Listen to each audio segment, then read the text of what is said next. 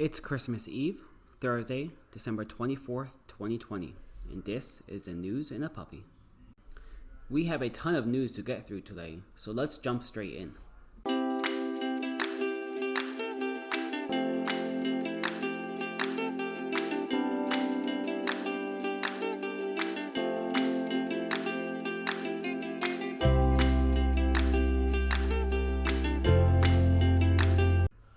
We're going to take a look on the other side of the pond today. Britain and the European Union struck a hard-fought trade agreement on Thursday, settling a bitter divorce that stretched over more than 4 years and setting the terms for a post-Brexit future as close neighbours living apart. The deal, which has to be ratified by the British and European parliaments, came together in Brussels after 11 months of grinding negotiations. Prime Minister Boris Johnson of Britain, who won a landslide election victory in 2019, had vowed to get Brexit done. He can now claim victory on that promise. Our thoughts? While the intention of Brexit has been portrayed as a noble one of self-governance and sovereignty, the UK withdrawing from the European Union will ultimately impact Britain in a negative manner. The EU, made up of 28 separate countries, has shown strength and resilience in the European continent that the UK now loses for not much gain. And jumping to US politics, regarding the stimulus impasse, the Democrats tried and failed to pass a $2,000 direct payment through the House. They seized on President Trump's implicit threat to reject a $900 billion stimulus compromise, and thus Congress more than tripled the $600 direct payments. Democrats attempted to call his bluff on Thursday with legislation that would send Americans $2,000 checks. Republicans, however, rejected the move and tried to counter with a motion to force their own changes to foreign policy spending.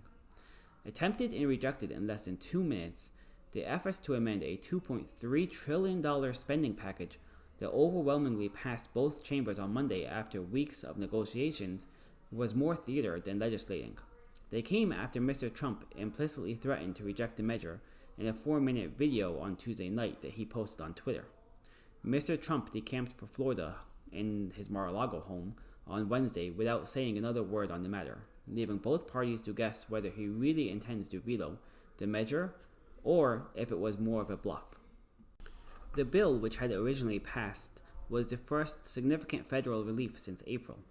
If the president doesn't sign it, millions of Americans on Saturday are set to lose access to 2 federal unemployment programs that were expanded under the $2.2 trillion stimulus law. A series of additional relief provisions, including an eviction moratorium, are set to expire at the end of the month. The Democratic gambit on the House floor was never meant to pass, but Democratic leaders had hoped to put Republicans in a bind, forcing them to choose between the president's wishes for far more largesse or their own inclinations for modest relief, while possibly flushing the president out on his intentions.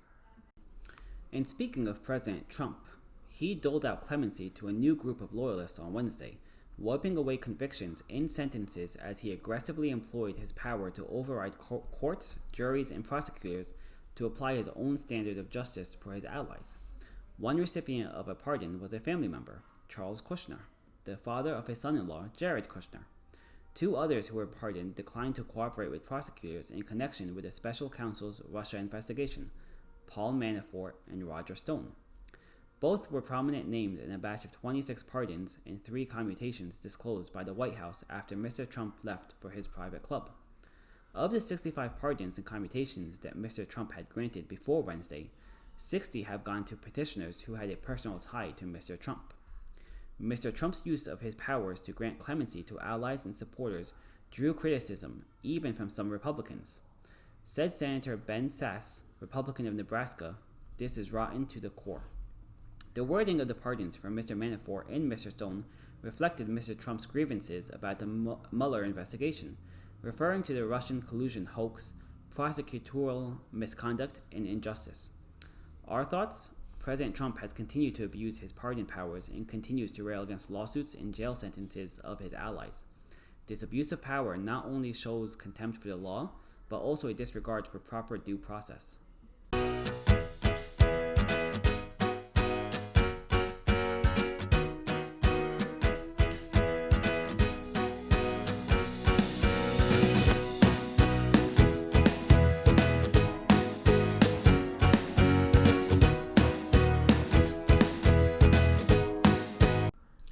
Now jumping to China, Chinese regulators launched an antitrust investigation into Alibaba.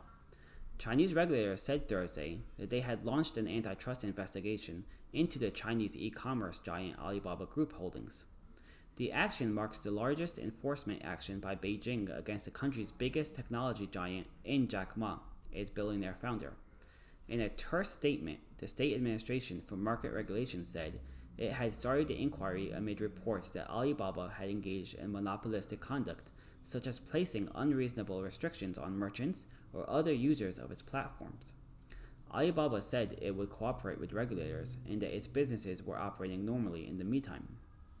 The investigation in China coincides with efforts by the United States and the European Union to curb the power of Western internet giants such as Google and Facebook. Frustration has been building for years in Washington and Brussels over the outsized influence that a few tech companies wield over commerce, speech, and advertising across a vast swath of the globe.